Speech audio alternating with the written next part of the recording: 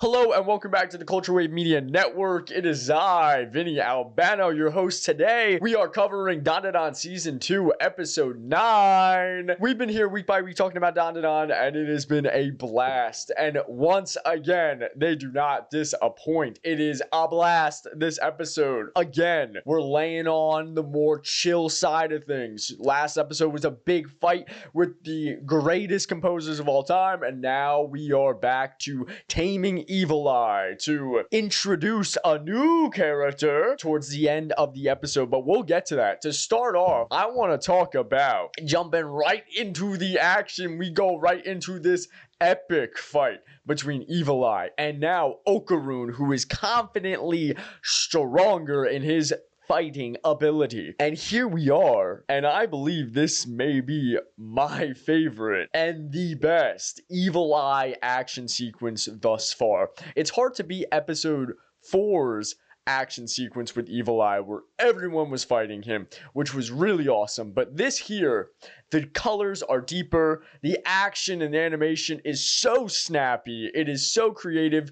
We have a blend of all fighting abilities and all fighting moves happening back to back to back. A switch in animation style from when Okaroon goes full throttle and he is animated in this warped paint look, which is awesome, and the colors here are so much more deeper.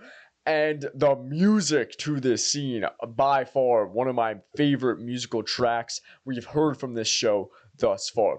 This opening sequence is awesome. And again, we predicted it last week. Evil Eye is now becoming domesticated like Turbo Granny, where Okaroon confidently is like, hey, this guy's a kid and he just wants to play, so he makes him a contract deal in which the Evil Eye can be a little bit more suppressed without exercising him. Now, the rest of this episode, we get another tease of Okaroon and Momo's relationship and their romance. It's cute. It is cute. Anime is going to stretch that rubber band as much as they can, and there's a certain point where I don't know if they can stretch it any longer, but I'm here for the ride, and that's really all I can say for that. The rest of the episode is pretty cool. We get some chill moments with Turbo Granny and Seiko and Momo, so that was all nice to see. It was very chill. I love the shots of them chilling at the spa or them chilling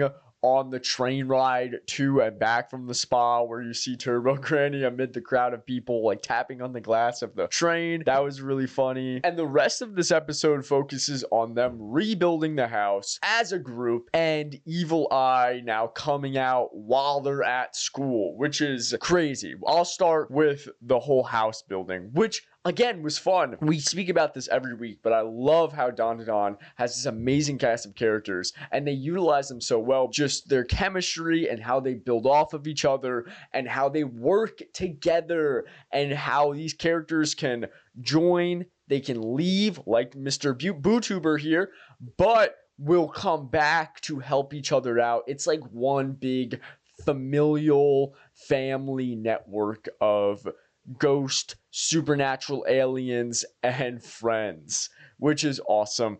I loved seeing now the introduction of Mr. Ludris, who is this 3D, almost looking like Minecraft Steve over here, which is really interesting to see. I thought it was very funny, the integration of 3D right on top of 2D. It reminded me a lot of The Amazing World of Gumball and Smiling Friends, although it could take you out of the immersion of the story here.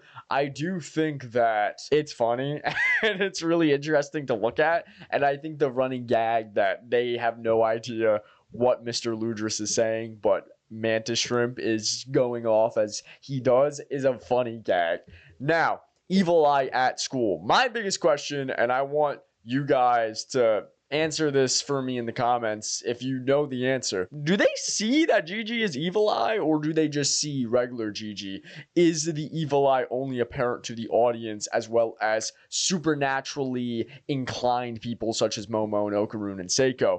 Or does everyone at the school see Gigi now, purple and crazy looking. I'm very confused on that. They never really answered that bluntly, so I'm not sure. But I do love all the moments here at the school. We see Evil Eye again becoming more domesticated and seeing how maybe this Evil Eye can enjoy a lot more to life than just killing people, which is really fun to see. It's really wholesome and an overall satisfying character arc if that time comes. You know, we're seeing him now enjoy some food, some ramen, as well as things like soccer and the sweet drink that he's given, so much other stuff that he can enjoy here. Things of life to enjoy. Lastly, Okaroon post-credit scene with this new character of sorts. He was teased in the trailer that they dropped recently. He seems to be a sci-fi fanboy, knows everything about sci-fi. I'm not sure. This guy is interesting. I'm curious if he is going to be more like a Momo Gyaru friend, or if he is going to become one of the main crew, and what if he gets assimilated with some sort of supernatural creature such as Momo, Gigi, Ara, and Okaroon. Not sure, but we will see. I am very interested in this guy. He is a little kooky, but it seems to be cool. That is really it for DanDaDan this week. I had a lot of fun with this episode.